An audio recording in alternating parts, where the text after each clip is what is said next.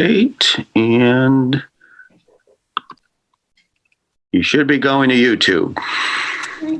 Okay. Well, good evening. I would like to call this meeting of the Narragansett Regional School District School Committee to order. I'm just making some notes as to who's here, so bear with me a moment. We will start with the Pledge of Allegiance, and Mrs. Mattson, I believe you have our flag to hold, so we'll stand for the Pledge of Allegiance. I pledge allegiance to the flag of the United States of America and to the republic for which it stands, one nation, under God, indivisible, with liberty and justice for all. Which it stands, one nation, under God. I was muted, sorry. Indivisible, with Okay, I'm liberty just trying to and justice pull up for all. our YouTube. Ooh. Justice for all. Ooh. One nation. How do I turn this volume down?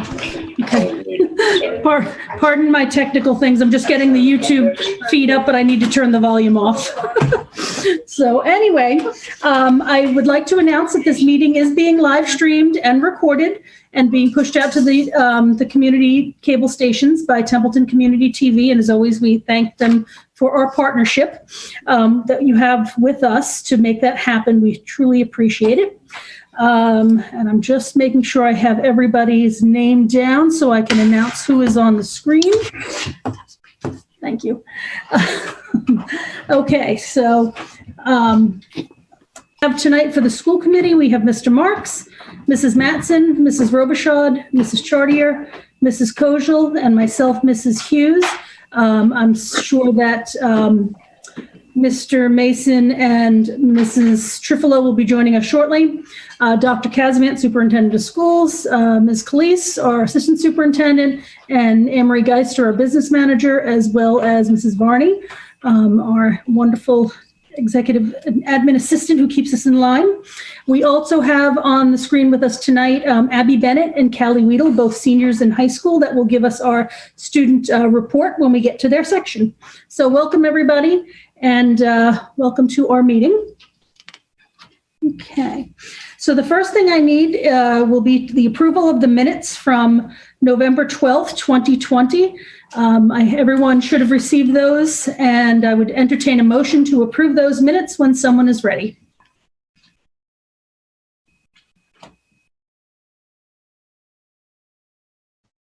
So moved. Okay, I have a motion by Mrs. Kojal, and I have a second by Mrs. Mattson. Anyone have any questions or comments on those minutes? Okay, seeing none, we'll take a vote. We'll do roll call. So if the school committee could unmute themselves. Mr. Marks? Yes. Mrs. Mattson? Yes. Mrs. Robichaud?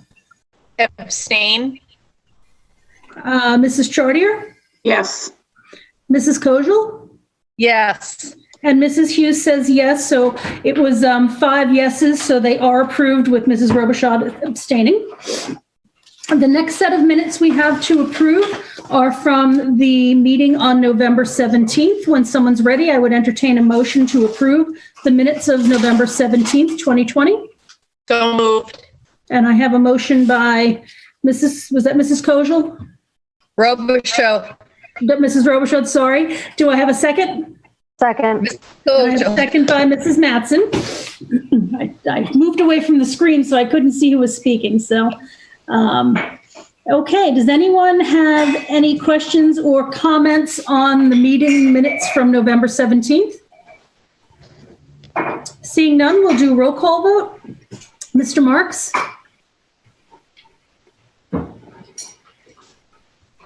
Mr. Marks? We'll come back to him. Mrs. Mattson? Yes. Mrs. Robichaud? Yes. Mrs. Chartier? Yes. Mrs. Kojal? Yes. Mr. Marks? Yes. Sorry, too many Okay. screens open.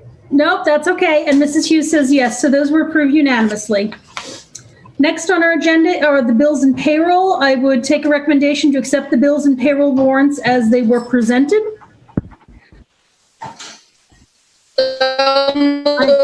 I have a motion by Mrs. Kojal. Do I have a second?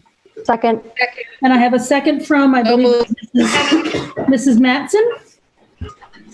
Any questions or comments on the bills or payroll? Seeing none, we'll do a roll call vote. Mr. Marks? Yes. Mrs. Mattson? Yes. Mrs. Robichaud? Yes. Mrs. Chartier? Yes. Mrs. Kojal? Yes. And Mrs. Hughes says yes, so that was unanimous. Next up, we'll have our student representatives make a report out. We got to be introduced to our to the representatives on the Student Advisory Committee at our last meeting, and tonight we have Abby Bennett and Callie Weedle here to give the committee a report and a presentation and share with us whatever they'd like. So I am going to mute myself and turn it over to Abby and Callie to do the report out. Welcome.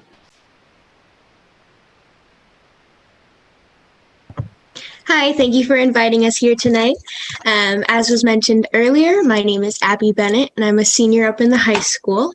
I'm very involved in the band and theater programs, so I can share my side from that. So the marching band has been able to do practices so long as the school is, hybrid still, but we do switch to online when we are, full remote.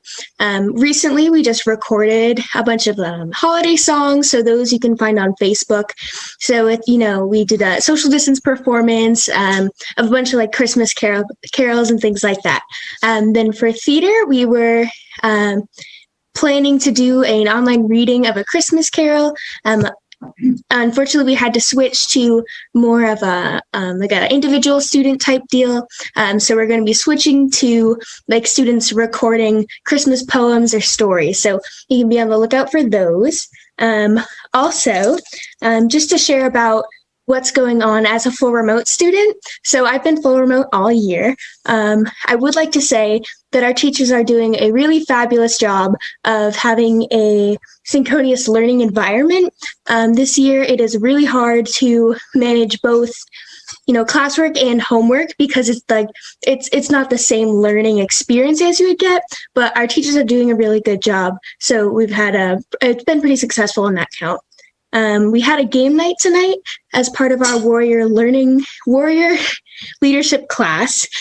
So that was Callie and I actually got to run that. So I don't know if Callie, you want to talk a little bit about that? I can talk about that. Hi, I'm Callie. I'm also a senior. So as Abby mentioned, we had a game night or afternoon this afternoon, and I found very well. We had participation from school students, and everybody seemed to enjoy it. We had cameras on from everybody in communication, which was really nice to me because we don't get to see kids in class a lot. We mostly see what screens. So that was really nice to see people and have people say that they enjoyed it and they would come back and do it again.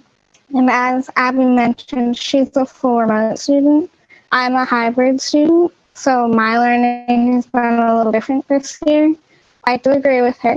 The teachers are doing a fabulous job trying to manage the work they give us versus the work we do in school. But I know a lot of students who are hybrid and even full remote have trouble with differentiating what is school time and what is home time because you learn in the environment every single day and you don't see anything different. I don't know if that's something that can be changed because we can't be in school, but I know a lot of kids are struggling with that.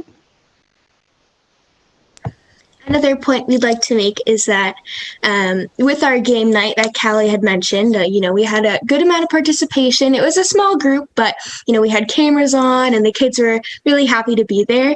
And we really think it would help to boost school spirit if we brought back the club aspect. Obviously, it wouldn't be the same as an after school setting, but I feel like meeting kids or even, working with teachers and out of the classroom experience really helps to separate the stress almost of school to having more of a positive experience. So that could help with school spirit, participation, getting those cameras on, and really allowing kids to find their niche in the school. Great. Thank you, Abby and Callie, for sharing a little bit about your day and letting us know what's going on in the district. And also thank you for the input about the clubs and whatnot. I know that it's on the radar to try and make that happen. And I'm sure that Dr. Casavant, when he speaks in just a few minutes anyway, he could talk a little bit about maybe during our COVID update, how that's impacted clubs activities. I know we'll do a sports update, et cetera, because I think you're right that it is nice when we have more social settings for the students to connect, because knowing that it's hard for the students to see you guys, to see each other, because we're trying to isolate and not get too close, that might be a really nice outlet to make some of that happen. So thank you for that feedback. Does anyone else on the committee have any questions or comments for Callie or Abby? Nope, seeing none. Thank you so much for your report. As you know, you're welcome to spend the rest of the meeting with us and participate. If you do have homework or anything else that you have commitments for, obviously we understand that if you'll need to drop off at any point. So thank you for your reports. I did want to announce that— Madam Chair. Yes. Madam Chair, I would just like to say that, and certainly I wouldn't wish staying for the whole school committee on any person, especially a student, but they may want to just hang in there until the COVID report out, just so that maybe you could report back to your constituency, ladies. So just, if you can't, I understand, but it might be worth it. We'll see. Thank you. I'll do my best to stay, but I will have to leave around 6. So thank you. Great. Little foreshadowing there, perhaps. I did want to announce that Mr. Mason has joined the call. I think it was about 5:05. So welcome, Mr. Mason. Next up on our report on our agenda is public input. I had checked early, and I will just look to Mrs. Varney and make sure that nothing did come in via email in the last few moments, because we didn't have any just prior to meeting time. Check quickly. Double check that. There has been none. Okay. And as always, we'll keep an eye on the YouTube chat stream. And if anything comes up that we're able to address, we'll certainly mention the comment and where it comes from and try to answer it, or at least make people aware of the comments that are coming. And we'll do our best to do that. We would typically go to a report from the NDEA, but I don't see an NDEA rep with us this evening, so we'll skip over that. And next up are 2 items that we can probably take together, which is an FY21 budget status and an FY22 budget status. We met on Monday as a school committee to kick off our FY22. So we kind of did this on Monday's meeting, but we'll give the very short encapsulated version. State doesn't have a budget yet. The governor has set some things for approval. So we're waiting on those things to be finalized. FY22, we're waiting for that to kick off at the state level. But on Monday we did meet, and I'm going to turn it over to Dr. Casavant and Ms. Geister for just a minute if they want to give an update on where a quick update on what we did on Monday and go from there. Thank you, Madam Chair. I would just simply sum it up is that what we detailed is really the expenses, or what we know to be the expenses. We are waiting on some crucial information. One is the preliminary school choice report in terms of differential. But we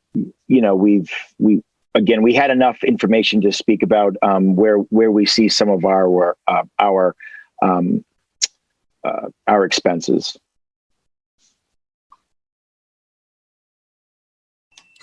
Great, thank you.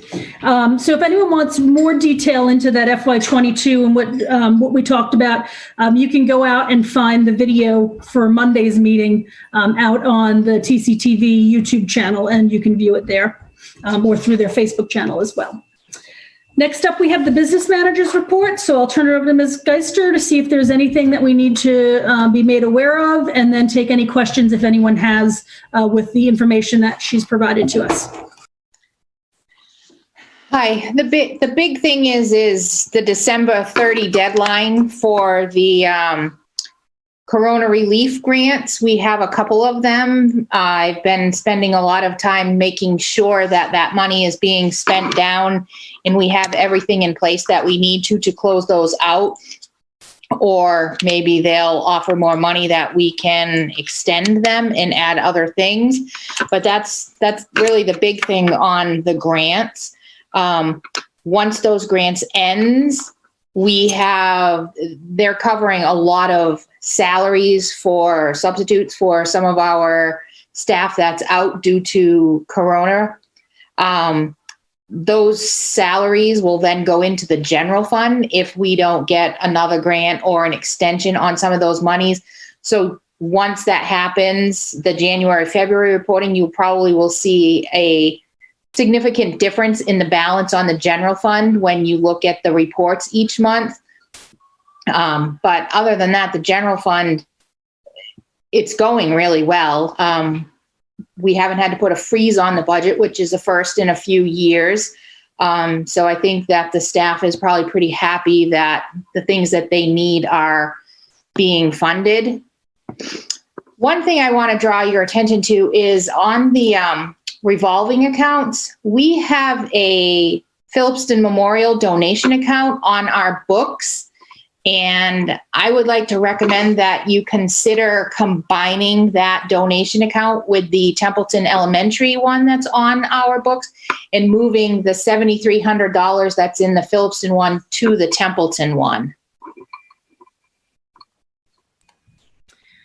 Okay, do we want to wait until we finalize all of the turnover of the building back to the town before we do that? Sure. Okay, I think that would be best. Let's get through that process and then we'll figure out the disposition. But I agree, it makes sense that we should take that step. Anyone have any questions or comments for Ms. Geister? I had just one quick question as I was looking through the line items of where we are. Are there any expenses that we have put into the general fund that you think we may be able to apply to a grant? Or have you really been able to isolate those things based upon the information we have so far? Everything that's related to COVID has been put in the grants, and we've been very fortunate to work with the town of Templeton that they've allowed us to use their FEMA reimbursement money. So the stuff that hasn't gone in the grant, we've been able to submit for reimbursement through the town of Templeton because they submitted it through FEMA. So we're pretty covered, like all of the grant monies and the FEMA monies that can take expenses, they've all been pushed towards that. Anything that comes up, obviously, after December 30th will be from the general fund. But right now, we're in really good shape.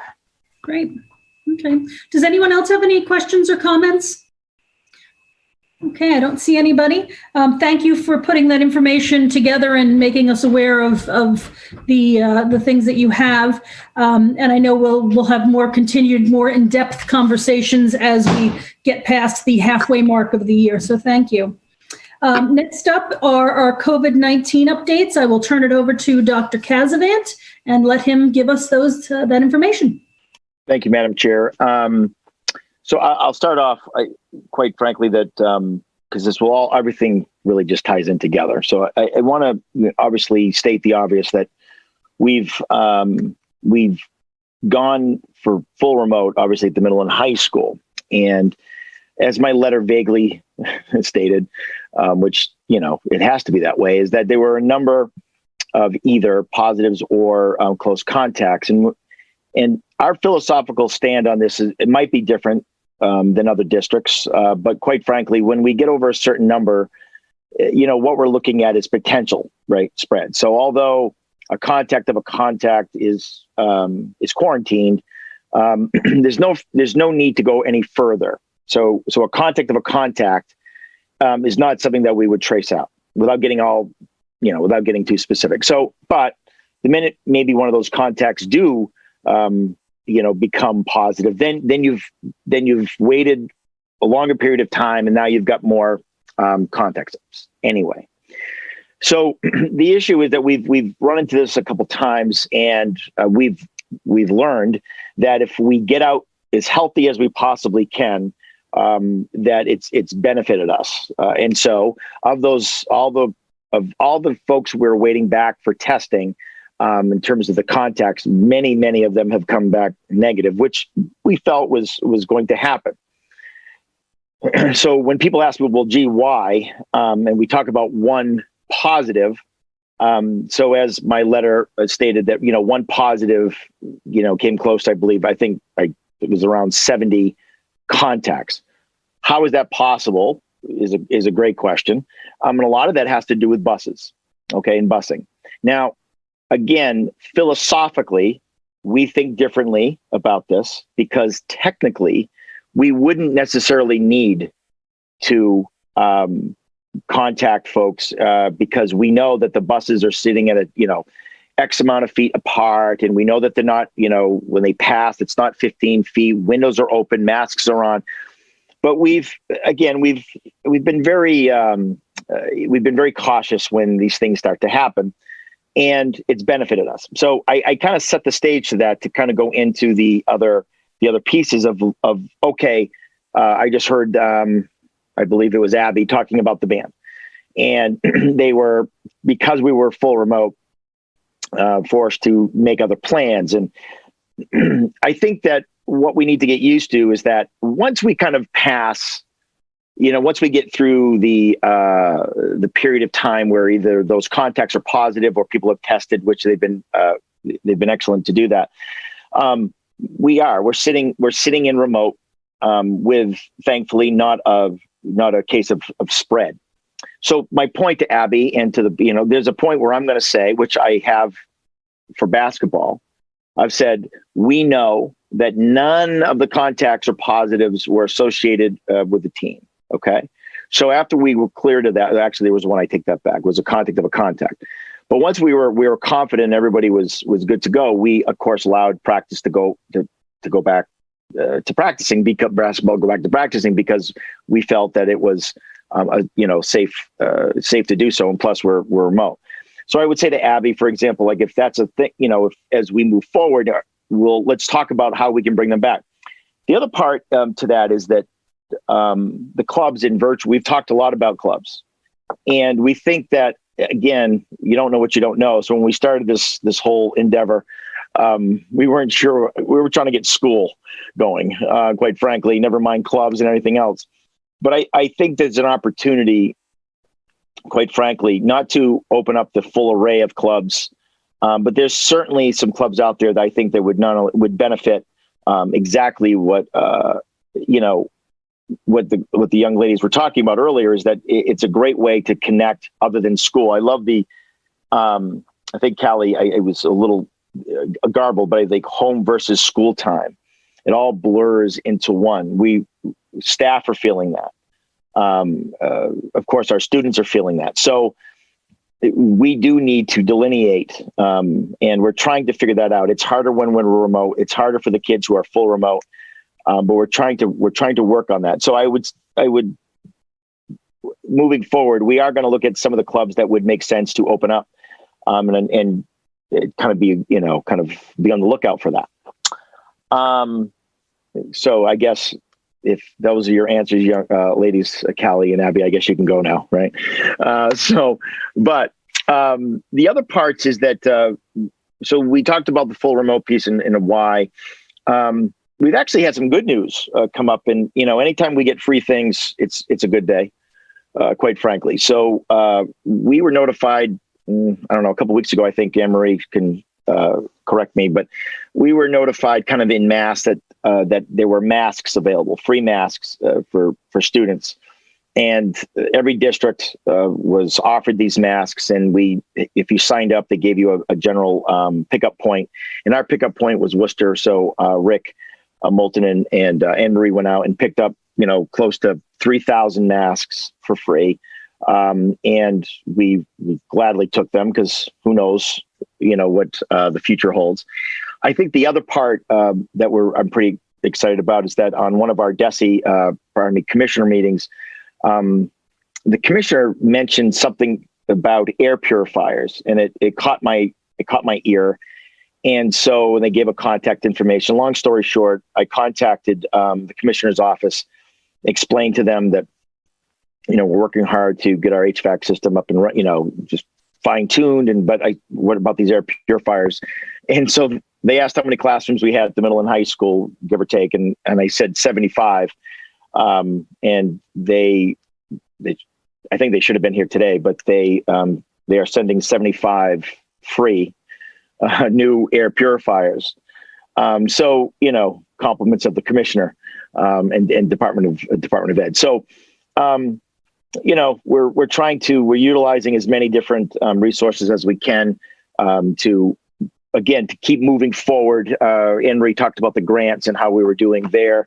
I think, as you know now, we ring these grants out pretty tight. We look for every dime, and anything that's free, we're all over. So we'll keep an eye out. So those were two things. I think the two pieces of good news. The other, and I think that I have mentioned this before, but we applied for what's called the BinX Now grant, which is the rapid COVID test. And I'm actually going to read this off, but a rapid antigen test performs best when persons are tested early stages, either student or staff. And that would be maybe if someone was at the school and they were symptomatic and we wanted to get a gauge quickly to maybe their status. And so the state put that out as well. And we applied, and I think I had mentioned this, and we didn't get any information. To come to find out, they missed us. So they missed our application or whatever the case may be. So we're actually involved with that now. And we've gone through the first two rounds of that. And of course, our nursing staff, obviously the nursing staff are part of that. And they are, they're going through trainings. And I think that one of the things this might turn into ultimately is that if someday we become more of a testing center, or we are doing testing of every child or student, like some of the more affluent districts out east, which again costs tremendous amount of money. But that being said, you need to have people who are trained to know how to administer a rapid test, and so we're going to be on the front line of that. Of course, with that comes training on how to do, which we've had a lot of, but case tracing, and all of that goes with that. So one of the things that, and again, I think this would be an appropriate time, but to talk about, but according to the contract, before February 1st, superintendent can recommend and waive the wait period of a stipended position.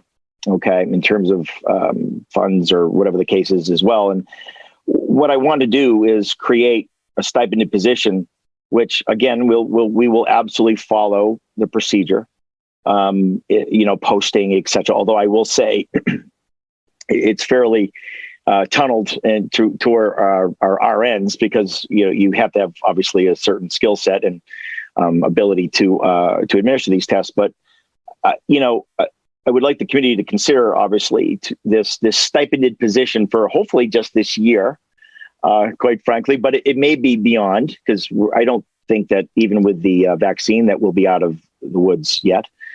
There is an amount that's tied to that, and we're working with that now, but that will be applied through the FEMA grant, because it applies in terms of testing. So it really wouldn't cost the district anything, at least this year. And I realize that it's mid-year, but it's a situation where they're going to have to put in a lot of extra time, more than they do anyway. All of our educators do, all of our staff do, there's no doubt, but this is more focused. They're going to have to be part of a training cohort. They're going to have to do a lot more outside of what they normally do anyway. And I thought this would be a good opportunity to, again, by following the contract, but to utilize what is, what's available to me, and of course the school committee, given these situations and the importance of Narragansett being an active part of this program. So I think I'll pause because I certainly put a bunch of information out there for any questions or comments or whatnot. Anyone have any questions or comments? Mrs. Mattson?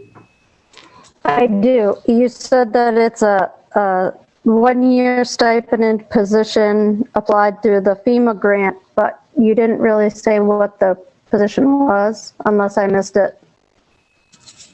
I think that, quite frankly, it would be I would probably call it rapid COVID test stipend and position because that's literally what it's about. I won't give it the name of BinX now because that's actually the company, but because what we understand is that although BinX now that's the company right now that has these rapid tests, that might change depending on what the state wants to do moving forward.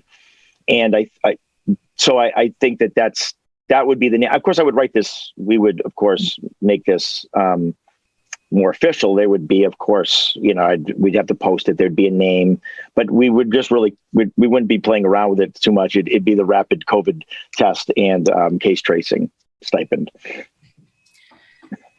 Do you, are you looking for us to look at potentially approving this tonight, or can you provide us, more description so that we have a chance to review it first? Right. So what I wanted to do is put it on the radar officially because February will come quick, believe it or not. And I will send out the volumes of information. Quite frankly, it's quite a bit. So I'll send out the introductory piece of it and what we've done so far. And what I'd like to do is whatever our next actual meeting is, that we finalize it within the time frame. Again, in terms of cost to the district, we would be able to apply it to the FEMA/MEMA grant that we have that we've been working with. But I have to tell you that only 2 districts in our area were approved or maybe applied. They don't get into that. So we're really kind of on the front line of this, which is good because I'd like to have as much experience with this moving forward. Because I think that puts us in a better position, and it actually can, obviously it gives a service to our kids and to our staff. Okay, great. So we'll be on the lookout for that, and we'll be sure to put that on the agenda for our next meeting to give approval for the creation of that position so that you can actually implement it and get that posted and do whatever you need to. Mm-hmm. So, thank you.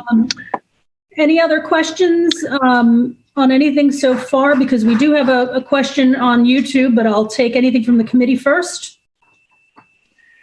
Okay, so we have a question on our YouTube feed from Paul Dowsett, and I apologize. Doucette, okay, thank you. Will you be getting purifiers for the elementary school, or is it for the high school, middle school only? Only for the middle school, high school only. TES is an air purifier, quite frankly. In terms of state of the art, ventilation, HVAC, et cetera, it's MERV 11s, the whole, everything you've read about. Our elementary school is absolutely is prepared, or as best prepared as you could possibly be in terms of a building. So the air purifiers, quite frankly, will assist. We have good airflow at the middle and high school. We have outside air. We have ventilation. We have, we have flow. We have exhaust. We have all of those things. We've worked quite hard at that. But the air purifiers will certainly assist within, in the real cold days where that the actuators or the vents won't operate because it'll be so cold outside, and you don't want to, of course, have 20 below air coming into into your room. So it'll just be for the middle and high school. Thank you for answering that.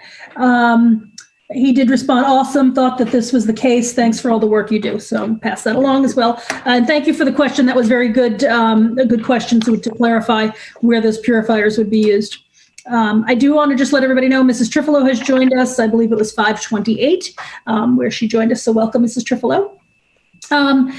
Any other questions from the committee about any COVID-related items? I think you mentioned briefly sports. Do we have we heard any further direction? I know they kind of come out with these big announcements. I just don't know if there's any information about sports that has come out that you'd like to share with us. Sure. And just before that, this is another important, great thing. And I'm sorry to have so much good news. But we talked a little while ago, a couple weeks ago, that the administrative team had to answer a 75-question survey about our student time and learning.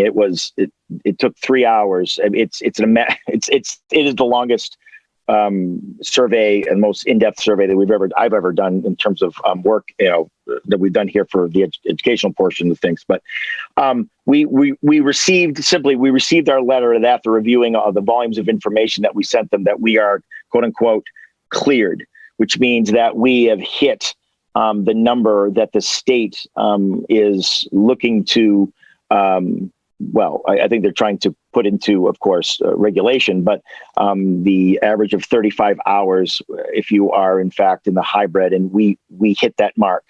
I will say that I know that some people are like, well, that is a big deal. There's a lot of districts that are trying to figure out how to do that, and they have a heck of a lot more resources than we have, quite frankly, across the state.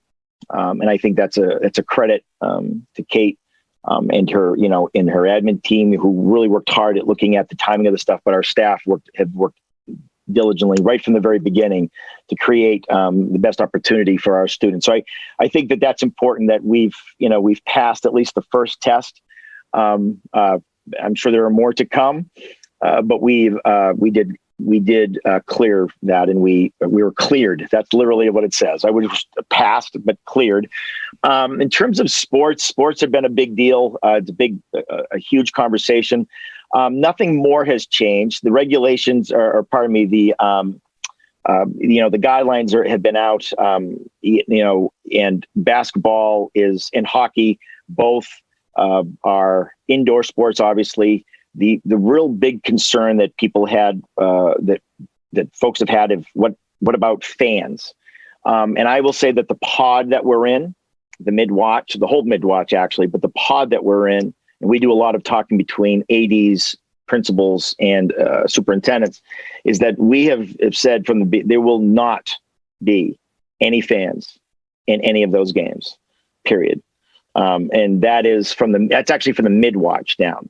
So I think that's the biggest message to put out there right now. People are practicing. Next Wednesday, we will go on a break, meaning the entire pod, I think the entire state, actually, quite frankly, but they will go on a 1 or 2 week break. There will be nothing, no practices, no game, nothing. And then we're to evaluate our situation and then see what the next steps are. It's basketball with masks, and there's a lot of different rules, and we're trying to get that. We are going to live stream our games. So, we'll do that through what's called Huddle, and we'll put that out there. I know that in the football world, a lot of people understand what I'm talking about, but our pod is going to live stream and share that live stream with each other, so parents can, either home or away, can watch the games. So as of right now, we're a go. We're green. We're moving forward. But again, like anything, it can change. Great, thank you. And thank you for that update on the time on learning. And please correct me if what I'm going to say is wrong, but the Board of Ed had gotten together, I believe it was last month, and then maybe earlier this week or last week, to vote on changes, because they've now come up with specific targets for districts to meet with time on learning, whereas before it was kind of nebulous, but then now they came down with specific numbers that you have to meet. So what a kudos to everybody for the fact that we hit those numbers and we didn't need to change anything to do so. No. So that's great news. Yeah, it's live. They want live instruction. And so over a 2-week period of time, K through 12, you had to average at least 35 hours of live instruction. And a lot of districts are having difficulty doing that. I mean, again, the thanks really transcends the entire district. Technology, of course, our staff, our students, our parents. I mean, this is a team effort in order to maintain this and to actually to actually hit 35 hours, which we weren't sure at first. But we again, the state has told us we are cleared at this point, and there are more. We know that there are more stipulations to come. Great, thank you. Any other questions or comments about our COVID-related items?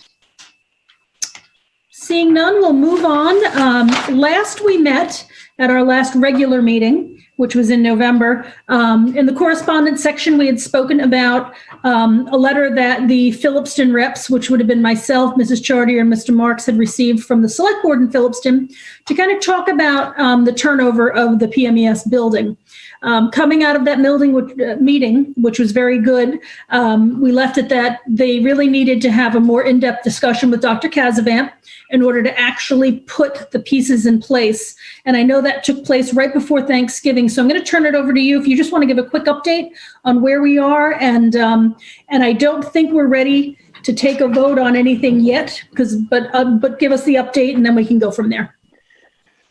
Thank you, Madam Chair. So literally the Wednesday before Thanksgiving, I attended a virtual meeting with the Board of Selectmen and in essence discussed, as I said before, kind of the parameters of the PMS building.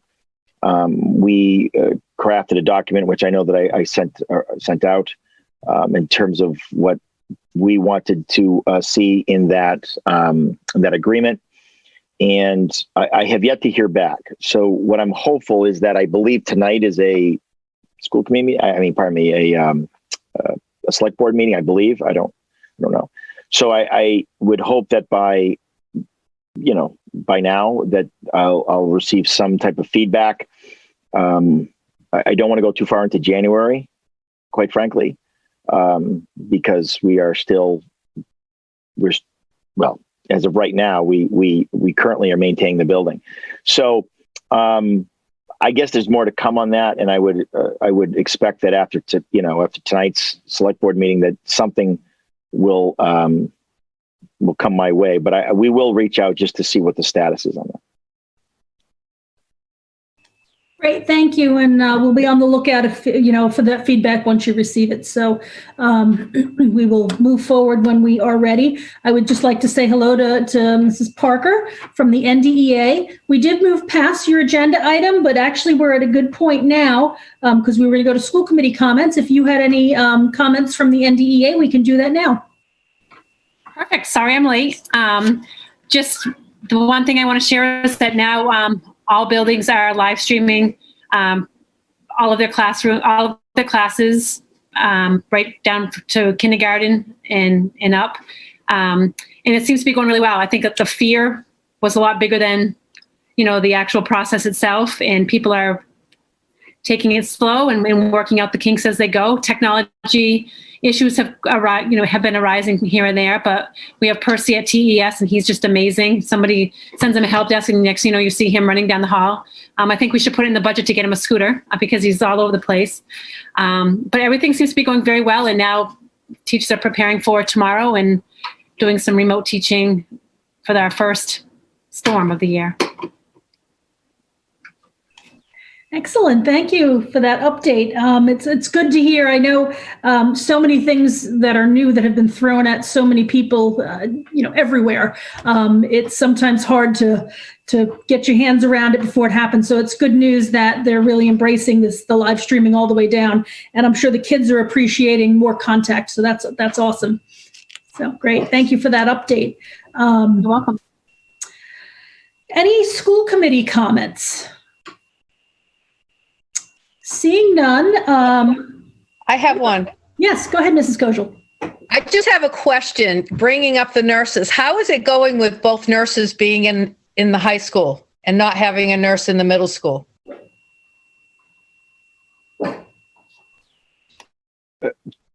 For me. So so I think it's worked well because first off, they need, how do you answer this? I think that it's worked out fantastic given what the job is now. When we discussed this first, COVID wasn't even on the table. We weren't even, right? We were worried about, what happens if someone at lunch, and we were really talking about very normal, typical things that happen during what used to be normal school days.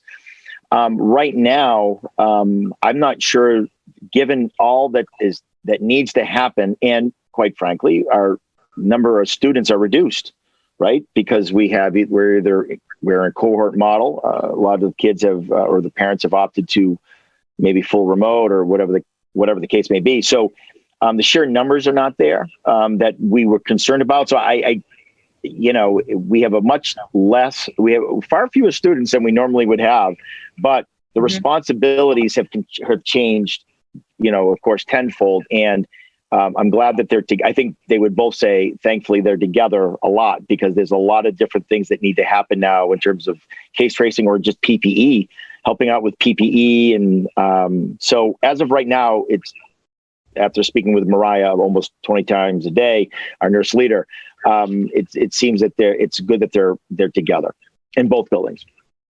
Thank you. My only comment, and I don't know if you were going to bring this up under your superintendent report, but since Mrs. Parker happened to mention the snow day impending tomorrow, perhaps Dr. Casavant would like to just kind of outline what we're doing so that it's out there for the public via our meeting, because we have put out a lot of communication so far, but I'll give you the opportunity. I don't want to steal the thunder from your superintendent report, but.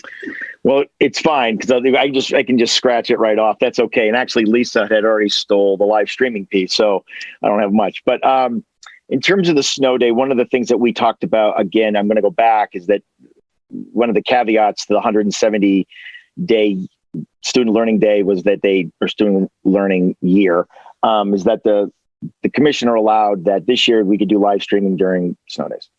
Because in my letter or my email to staff and my letter to the community, much of this has to do with how late in the year we're going to go. We started almost 3 weeks later than we normally would have. When we started in September 14th or 15th, we were planning to start, the last week of August. So in Central Mass, give or take, right? But in Central Mass, that's problematic, because if you get 5 to 7 snow days, which we've been averaging over the last couple anyway, that puts you that last week of June. And so one of the things was that we could go remote. So locally, in terms of the districts around us, we all decided to try this out. So we're all full remote for our snow day, because we share parents and staff, right? So I might have staff that live in Gardner. Gardner has staff that live there. We have parents in common, kids. So the districts, we're going to give this a shot. We've put it out there, and hopefully we explained it well enough to say that, one, if you log on or you can't log on because of power or a connectivity issue, don't worry about it. Just get on when you can. If you can get on and your teacher's not there, don't worry about it. Maybe they're having some issues. But just check back. And ultimately, if we have a power outage and we have no internet and there's no power, no one locally, then don't worry about it and just go out and shovel for your parents, is what I said, or build a snowman. All this snow will not be conducive to snowmen, but go out there and shovel. And it's going to be okay, right? So let's see how it goes. We're going to then meet and talk about it. Will we do this every snow day? I don't think so, quite frankly. But we're going to try it this one time to see how it works, and then talk to staff about it and see what they thought, and parents, etc. So we'll go from there. So that's really the update at this point in time, and hopefully it works out. Great, thank you. And I did just want to pass along the comment that one of the benefits, I think, for this evening's meeting is, with the snowstorm coming, we probably would have rushed to get a meeting in and done, or maybe even postpone this. So one of the benefits of technology with us being in our Brady Bunch squares here. So any other comments from the school committee? Anybody have anything they want to say? I'll just end with just a comment that, you know, I hope everybody has a wonderful vacation and, you know, has time. Sorry. It's my dog. Sorry about that. That's why I usually do this from work. I just want to let everyone know that, you know, we appreciate all the hard work, and we hope that everybody has the opportunity to get a little bit of downtime and recharge over the break and enjoys the holidays with whoever they're able to enjoy them with. So. Okay, so next up, we have some surplus items. To avoid having me read all of the quantities and ISBN numbers and whatnot, Mrs. Varney is going to screen share the list, if we can figure out how to do that. Hold on one So if second. that comes up, what I'll just do is I'm going to read through the list of the titles, and we'll show the quantity and ISBN on the screen. So when I'm done, I would entertain a motion to move to surplus these items. We're seeking approval to dispose of the following damaged curriculum books from the high school that are surplus. So the following books include The Bean Trees, The Odyssey by Robert Fitzgerald, The Odyssey Robert Fitzgerald Vintage, The Odyssey Signet Classic, W.H.D. Rouse, The Odyssey Signet Classic, W.H.D. Rouse, The Odyssey W.H.D., The Odyssey Hardcover W.H.D. Rouse, and The Pearl by John Steinbeck. Of Mice and Men, I Am the Cheese by Robert Cormier, The Phantom of the Opera by Gaston Leroux, Frankenstein by Mary Shelley. There's multiple editions of that.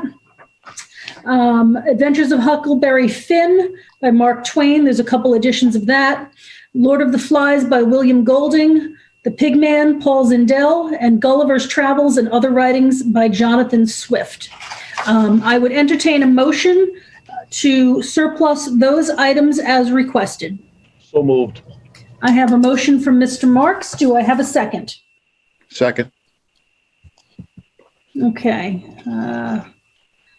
To be honest, Mr. Mason. Mr. Mason, geez, thank you. Shouldn't have been too hard to figure that out. I apologize. Any questions or comments about this list, other than the fact that I think some of them were issued to me when I was in school? That was going to be my comment.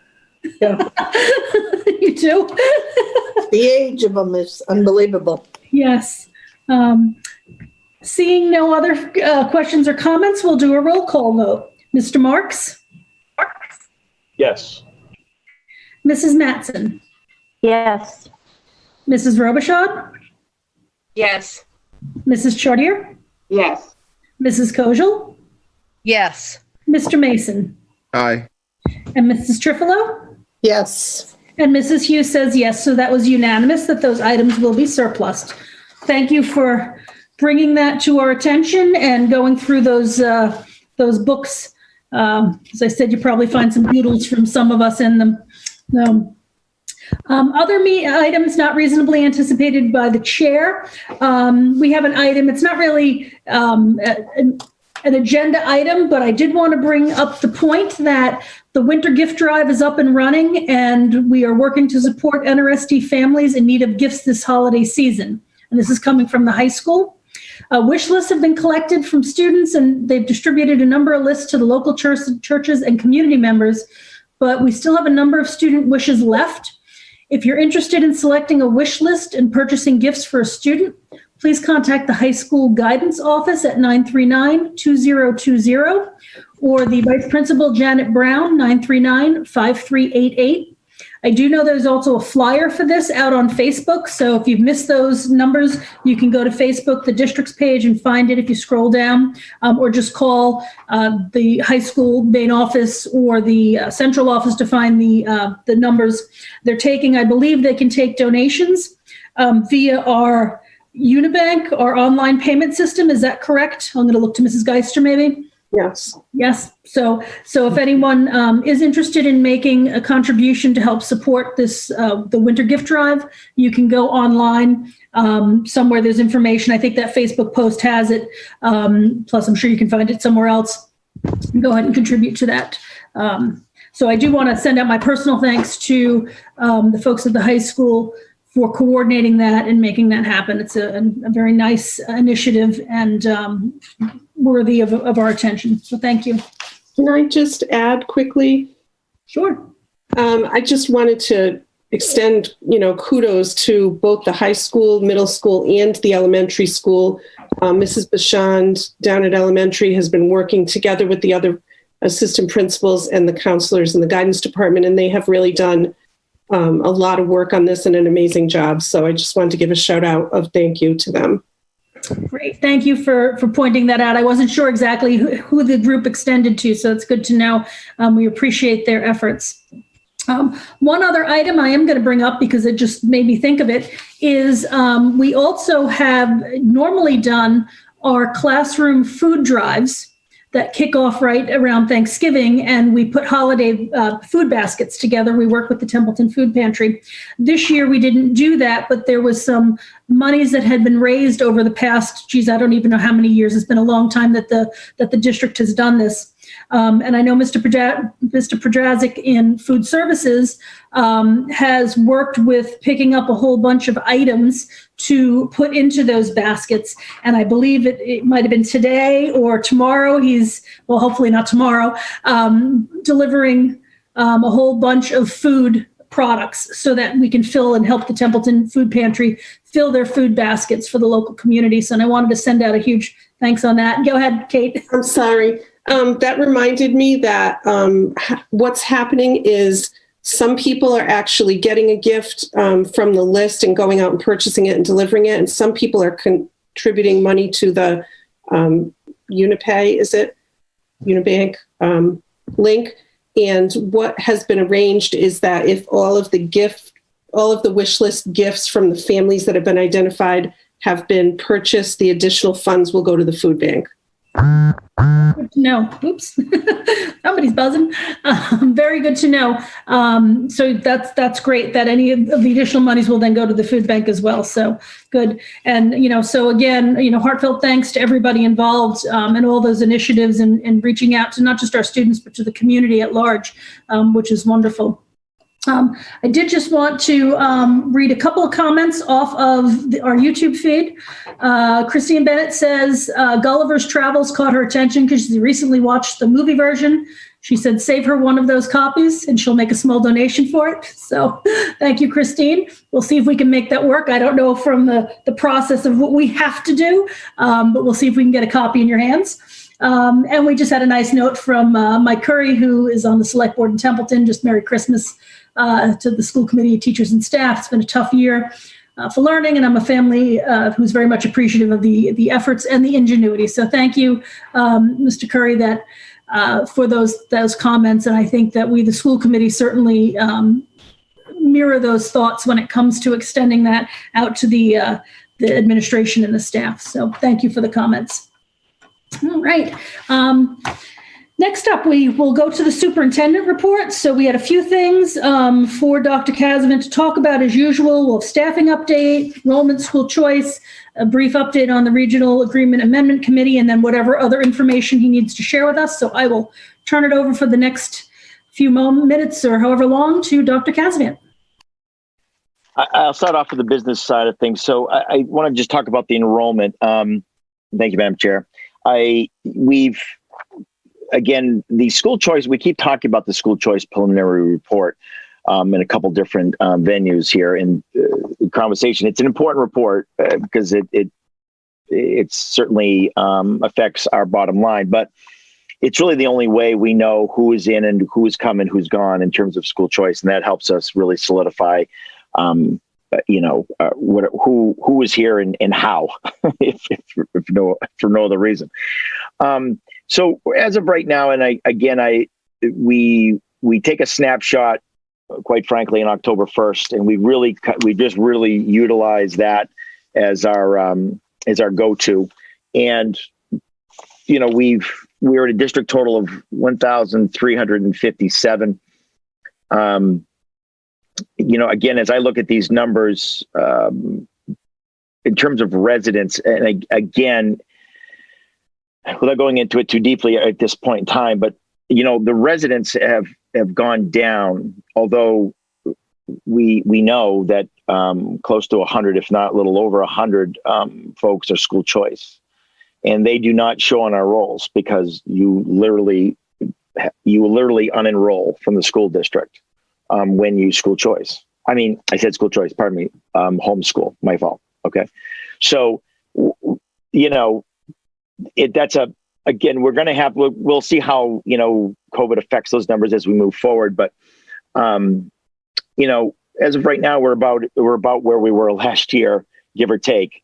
We believe when we started thinking about how many kids have been pulled and gone to homeschool. So, as of right now, that's where we sit in terms of a number. We'll have a very good picture again within a week or so once the preliminary report comes out from DESE. So I've talked about school choice a little bit. We'll know more going forward. Our staffing update, we really don't have much more to discuss more than staffing. We do have a few openings in terms of paraprofessionals, but for the most part, we are holding steady as we did at the beginning of the school year. As you know, we do have a patchwork of coverage in a lot of, not a lot, but in many areas. Regardless, there's a lot of different reasons, whether it be ADA accommodations, et cetera, or because we need more people. Sometimes with less kids, which I realize is sometimes hard, but we've managed that pretty well since the very beginning, and the grants, and of course we've talked about MEMA monies, Templeton, have helped out greatly. So as of right now, we are, we're status quo. That's okay. Right now, that's exactly where we want to be. Sorry, Did you want to talk about the director of technology position? Yes. So the one addition / loss, quite frankly, is that we have posted, and we are in the throes of hiring or going through the process of hiring a new technology director, Mike Wakefield, whom has been here 24 years. And I always look to Anne Marie because I seem to get that number wrong a lot, but I believe it's 24 years as the tech director, has decided selfishly to retire. Quite frankly, it's very selfish of him, but that's what he chooses to do. No, we wish Mike has been fantastic and a big reason why we have done so well in this environment. But he will officially retire at the last day of March. So the idea is to select a candidate and hopefully have that candidate work with Mike for whatever period of time to become as acclimated as you can when taking over for someone who's been here for 24 years.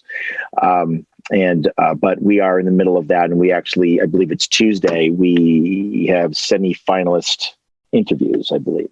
So, okay. So with that, and we've already talked about the snow day enough, I believe. We've really covered that. So Lisa talked about live streaming. And so there may be folks, quite frankly, who are like, well, been live streaming at the Millen High School since the beginning. I think, and I've said it before, we are a victim of our own success at times. I think our staff make these very difficult and almost impossible situations look easy.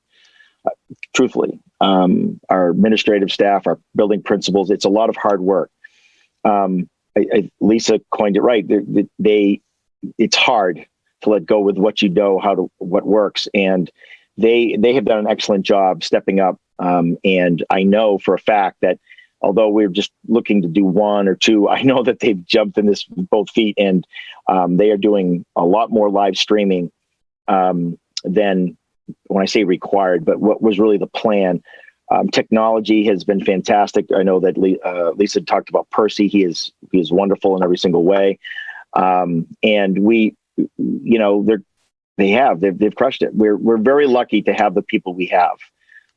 They have done a lot in a very little amount of time and have been very responsive to our needs. So, you know, my superintendent's report is that, you know, that we just have we have an excellent teaching staff. We have an excellent support staff. Our administrators are outstanding. And it's really what's keeping the wheels on this bus right now, quite frankly. And I couldn't be happier or prouder, you know, to be the superintendent, because it's hard work. This is the hardest I've ever seen anybody work in terms of this. So I think that's the most important part of my superintendent's report, Madam Chair, unless you have any questions, but they're doing a fantastic job. And I really am, I'm very, very pleased with the success and support. That's great. It's good to hear that they're just adopting all this new technology and new instructional practices. That's great news. Did you have an update on the Regional Agreement Amendment Committee? Because I know they did meet. Yeah, briefly, we had our introductory meeting, really, and Mr. Jeff Marks is the chair. Ms. Beaumill from Templeton is the vice chair. And we really just, when I say set the ground rules, we really just went over how things will work moving forward. We set dates. It was an excellent meeting, very informative. And we have another one, I believe, the end of January. I think that's when we'll start getting into the finer points. But with only one meeting behind us, I think that, everything is A-okay. So hopefully that continues. Great. Thank you. It's good that we got that kicked off, and thank you to Jeff for stepping up to chair the group and, and lead that charge. So we'll be looking for more information as it becomes available. Appreciate that. Just one other, item. I did want to let you know, Dr. Casavant, that it has been requested that you ensure that your snow day videos continue, and that just because we don't typically have what we're calling a snow day anymore doesn't mean that you are relieved of those responsibilities of entertaining all of us. So please be sure to think of something for tomorrow. We have some ideas. I will tell you that a wonderful third grader asked who I was, and I told her, and she said, "Oh, you're the guy that can't sing." So it hurt a little. But I'm undeterred, Madam Chair. So I promised that I was going to work harder at singing, and so please be on the lookout for any other opportunities for me to improve my my stage presence and my singing. Perhaps a poetry slam might be your next attempt, which will hopefully won't be out of tune that way. Oh, thank you. And thank you for being a good sport about that too. I know there's a whole group of you superintendents that do post things, and there's some really great videos and communications, and it really helps, just keep the levity around sometimes that can be a little hard to bear. So thank you. All right, next up we have, I'm sorry, I didn't ask, any questions for Dr. Casavant from the school committee? I don't see anybody. So we'll move on. Kate, you were going to give us a curriculum instruction update, and I believe it has to do with some of the assessments that we had, and I believe you probably want to share your screen, so I will turn it over to you.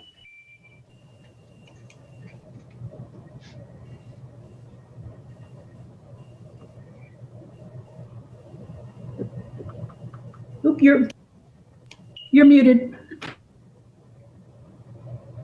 I'm just getting it in the right spot.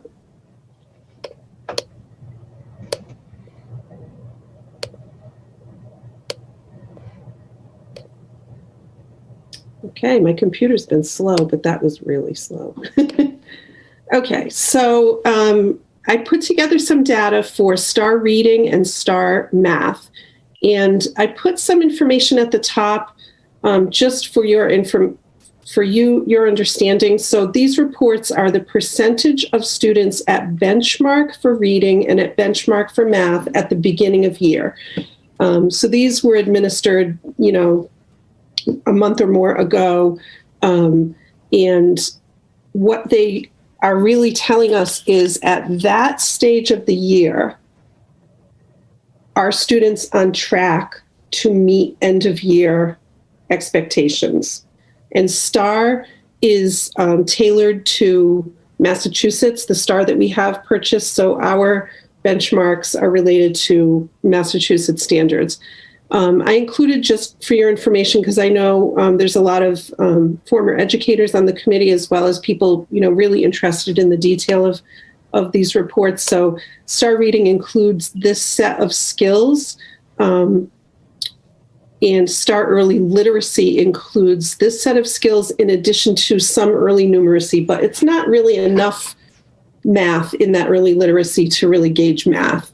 So the first report we ran was percentage of, I'm going to put two reports at the same time here. This top one is percentage of students at or above benchmark at the beginning of year. And the 80% bar is there because in an intervention system, what we're really looking for is that 80% of our students are meeting expectations through classroom instruction. And then 15 to 20% of students get additional support through interventions. And as you know, we have interventionists in the elementary school in particular, working with that population. Clearly, we expected this data to be lower than we desired because of going out on COVID. And really the most important thing that I emphasize when we look at this is it's not about really what it tells us, it's about what we do about what it tells us, right? So what are we putting in place to make sure that we're catching those kids up? So I was very curious to see, if I included the kids who were nearly at benchmark, what did that do? And you can see when you look at that it really significantly raises the bar, no pun intended, for those students. And lots of students are really at that, approaching that 80% benchmark. Make a note in your mind here that this first one is really kindergarten. For some reason, the graph wouldn't print with a letter, and I just gave up. So if we include those kids who are nearly at benchmark, along with those kids who are at or above benchmark, we're in pretty good shape. This, does call out our attention to some areas that we need to dive deeper. And we've done multiple meetings at our admin team around data, and we use a protocol of just noticing what the data tells us, wondering what questions we have next, and then what additional information do we need to know to make action steps, to take action steps for correction. So that's how we've been approaching it. I know that on the January 4th and 5th professional development days, it's going to be a lot of time for teachers to do the planning that they need, but there will be some time at some levels to look at data as well. And teachers really do print reports off of STAR. There are reports called instructional planning reports, and the teachers use those to identify the skill deficits, that they're seeing in their classroom, and kind of be able to target those kids for specific skills. So, we want it to be a little bit better, but it's really not so bad when we look at it, including these kids that are nearly. And of course, literacy reading has been our big push at elementary. All subjects are important, but if you fall behind in your reading, and that's really why this all ties together with that student learning time report that we thankfully were on target with, because our focus has been, let's have the most and best instructional time we can with kids. And teachers have really stepped up to the plate with that, and they're doing amazing work with that. So the second group is a similar pattern. It tells you a little bit about what math skills are included in the benchmark. This is the initial report that I put together, which was percentage of students at or above benchmark at the beginning of year in math. And then I again ran this report with the nearly at or above benchmark, and you can see we're right on target with that. So a couple areas to look at there, but overall doing pretty well. And this is attached to your agenda. Kate, I had two questions, and one is going to be a little leading because we did discuss some of this at our admin academic meeting. Obviously, there's a dip, I believe, in second grade. And just so if you could maybe go into that just a little bit. And then the second question I have is, when is our next assessment scheduled? I believe you had indicated we would do 3, but I don't. Yes. If you could just talk a little bit about that so we can start comparing. Absolutely. So we have beginning, middle, and end of year benchmarks. We can use STAR assessments for other things. We can do custom assessments, do assessments on a unit or a chapter and so forth. But this is particularly benchmark assessments, as I said, to kind of dipstick and say, where are kids right now and are they on track to meet expectations at their grade level? So we do have a mid-year coming up. That'll be the end of January to the first week of February. I think it's a 2 or 3 week window we set because it's K to 12 now. So we want people to have some flexibility, principals, with their teams in scheduling that. And then we have an end of year, which is end of May, probably first week of June, because you don't want to leave it too late.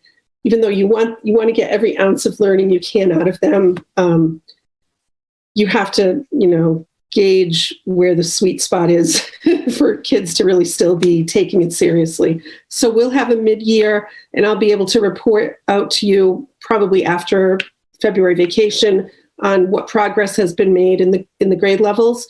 The dip in second grade, we're looking at, what that entails, but we have to realize it's not second grade, right? It's K1, 2, because those kids came into second grade having had 2/3 of first grade and probably being at a pretty critical place in their reading skills. And really we need to look at the specifics of what those skills are. We have, the teams have looked at that, and they'll look even more closely to fill those gaps. The other thing I should mention is I just worked with Ms. Geister today to use some remaining Title I grant funds to run a summer program next year. When I say this is in its infancy, it's in literally in the infancy stages, but it's typical to have a summer program for students who are at risk or not performing at grade level, maybe not necessarily students who are on IEPs, but other students who have skill gaps. And so we plan to do that this summer, utilizing that money. And obviously we want to get our students as far as we can by the end of the year, but then maybe give some students just a little bit who are struggling more than most, a little leg up for the following year. That's great. Any questions from the school committee? Kate, I have a quick question. Does the included on watch students, does that include students, or does the data that we're looking at include students who are already on IEPs or getting additional help? Sure. So we test every student. A benchmark is what's called a universal screener. So we assess every student. If you had a pull-out program with students with significant disabilities that couldn't participate, that would be the exception. But otherwise, it's pretty much 100% of students who participate. And I've used this analogy before, but it just really, I think, explains what a universal screener is. It's like taking your temperature. You have a temperature, so something's going on, but you don't know exactly what it is. So your doctor will do additional diagnostic testing to figure out, is it a strep throat? Is it a sinus infection? What is it? And that's what we do. We do a universal screener, which is the benchmark at beginning of year, and then we identify the kids in the lowest performing categories, and we do diagnostic assessments to figure out exactly what skills and so forth. So it does include 100% of students, and some of those students are on IEPs, and they're already receiving additional services for, depending on what their grid says. Awesome. Thank you, Kate. Yep. Anyone else have any questions for Kate at this point? Nope, seeing none. Thank you for reporting out on that. We look forward to hearing back on this data, at the end of February when you're ready to give us an update on where we are and talk a little bit about what those diagnostics have been and how successful we've been. Because you're exactly right. If we need to know there's a problem before we can start a treatment plan, we need to know what we're treating. So, and our students in TES have been in intervention already, obviously for reading. Those intervention groups are running, everything is different than it was in the past because of, COVID and our hybrid model and sometimes our remote model, but they are our groups running. Ms. Triflo? Yes, thank you. The homeschool students, is there any accountability to these tests for students who are at home? No. So homeschools by law, if you homeschool your child, it's as though you withdrew from the district. Students with disabilities have some special rules around that, around our obligation to provide some services for them. But for the vast majority of students, when you homeschool, they are now, it's like they transferred to, Gardner or someplace. And our students who are fully remote are taking these tests? Yes. Yep. So they took the test as well. And so that's another thing that could skew the data, although the benchmarks are norm referenced, right? So those are calibrated with other kids across the country at the grade level at the same time and so forth. And Renaissance is very rigorous in their statistical process for all of that work. But they have told us that they have not seen a big difference in taking the test remotely or taking it in person. It's an open question. When a kid is in front of you, you know exactly they're on the computer and they're doing it and they're quiet and so forth. When they're at home, we have the tools securely where we can see their screens, but I don't think that was really used at elementary in the window that we had these tests, because that was a new tool to us. So there is some question about those students who took it remotely and whether it was as accurate as it could be, but it's better to do it than not to do it and have some data and be able to look at it. Yeah, it just poses the question of the following year when they come in, how we pick it up and improve those skills. Yes, and we can look at our students longitudinally. We're not quite there yet because this is a relatively new product to us, but we do have some data from last year that follows the students, so we can see if this is, usual for that student and so forth. Very important. Thank you very much. Sure. Any other questions for Kate at this point? Nope, seeing none. Thanks again for the report, and we will move on. We have our subcommittee reports. The academic administrative, Mrs. Trifolo, I believe we've covered everything here, if that's correct. That is correct. Okay. Finance, we've already spoken to. And again, if anyone wants to do a deeper dive into the FY22 budget kickoff, you can look at our video from Monday's meeting. Facilities.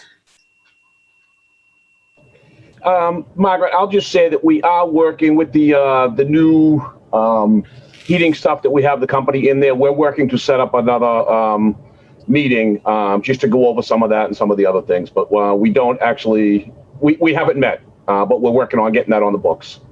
Okay, thank you. Policy, I know that we deferred having our meeting this year so we can regroup and come back with a whole new head of steam in January. We've got, I think, just maybe a couple dozen, if even that many, policies that we just need to review for the with our initial review, which has taken us like 6 or 7 years to work through. But we're getting there, so we'll meet in January and then hopefully have some report out in February. Long-term planning, again, we deferred the meeting of the long-term planning committee. That'll happen again in January, so we'll report out after that. Diversity, equity, inclusion. I'm going to turn it over to you, Mr. Marks. I think you had a screen you wanted to share. I do. And actually, before I get into it, I've spoken a couple of times. I do want to just apologize for the lack of video tonight. I'm on a new machine in a new location, and the video resolution is poor. So that's why I'm not on video today. Okay. Yes. So with the diversity, equity, inclusion.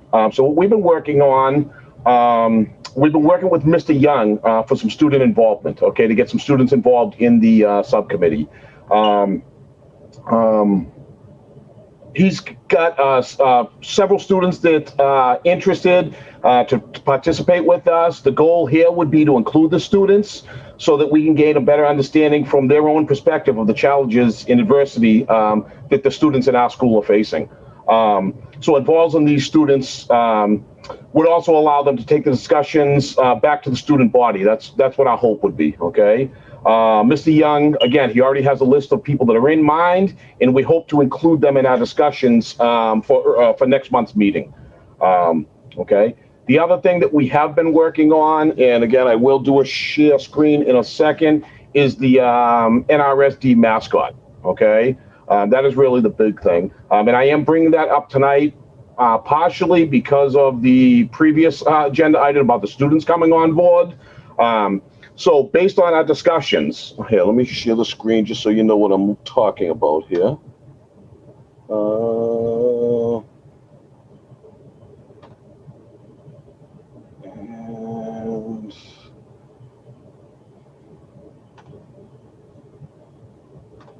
All right, that's up now, right? Yes, it is. Correct? You can see that? Yes, we can. Okay. So based on the research that we've been doing, our discussions in the meetings and what's been happening in many of the communities throughout the state, the committee would like to recommend that the district remove all the Native American imagery from any and all the assets, equipment, and gear that we have throughout the district. And again, this is really the imagery. I will get what we are talking about is not significantly changing it. We would just suggest that we remove just the arrowhead there. However, at this time, we believe that the name Warriors will remain. We have no intention of changing that at this time. Okay. Also, due to the high costs associated with these changes, we feel that it would be best to roll these out over a period of time, such as like the end of life cycle for any of the assets that we had. Similar being let me just go through some of them, would be the gym floor, because we have it here, the uniforms and any of the gear that faculty and staff wear, the website.